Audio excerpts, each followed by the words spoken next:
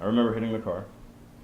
I remember bouncing around a little bit because I kind of blacked out a bit. And then when I came to, he was standing over me talking to somebody at my feet. What started as a spontaneous sibling motorcycle ride for the Kiwanuka brothers ended in chaos. Back in May of 2010, Matthias was riding behind his older brother, Ben, when he watched him get blindsided by a car, his body thrown 100 feet in the air.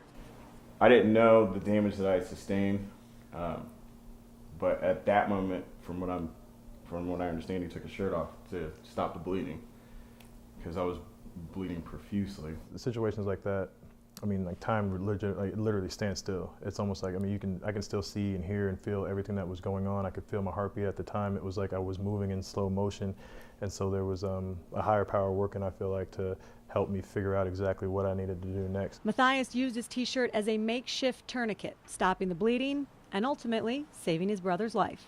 I wouldn't be here. I wouldn't be here. He is his brother's keeper, and I'm indebted. I'm indebted forever.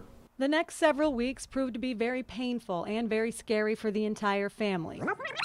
But fast forward 21 months. And at the Kiwanuka home in Indianapolis, you'll find nothing but smiles. Well, smiles and Giants jerseys. It's like hitting the lottery, Like so many things had to go in that same direction. I mean, the odds of having a Super Bowl in your hometown, that's amazing. It is amazing that the kid who grew up being told he was too skinny to play football, who grew into a star at Cathedral High School, made a big name for himself at Boston College. Manning under center with the dive alone back. And is now the starting linebacker for the New York Giants, is getting ready to play in the biggest game of his life just a few miles from where he grew up. Growing up here and you know, knowing how much growth the city has gone through, the transition they've gone through from 10, 15 years ago to now, makes me really proud to say that my city got the Super Bowl, and then having the opportunity to play in it. I mean, it's a big deal for me. It's a big deal for his mom, too, who spent the last month of the Giants' incredible postseason run trying not to get too far ahead of herself.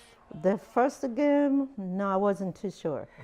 But the second game, after they beat the Jets, then I thought, oh my goodness, they're going to make it. In Indianapolis, Ashley Adamson, 24-Hour News 8.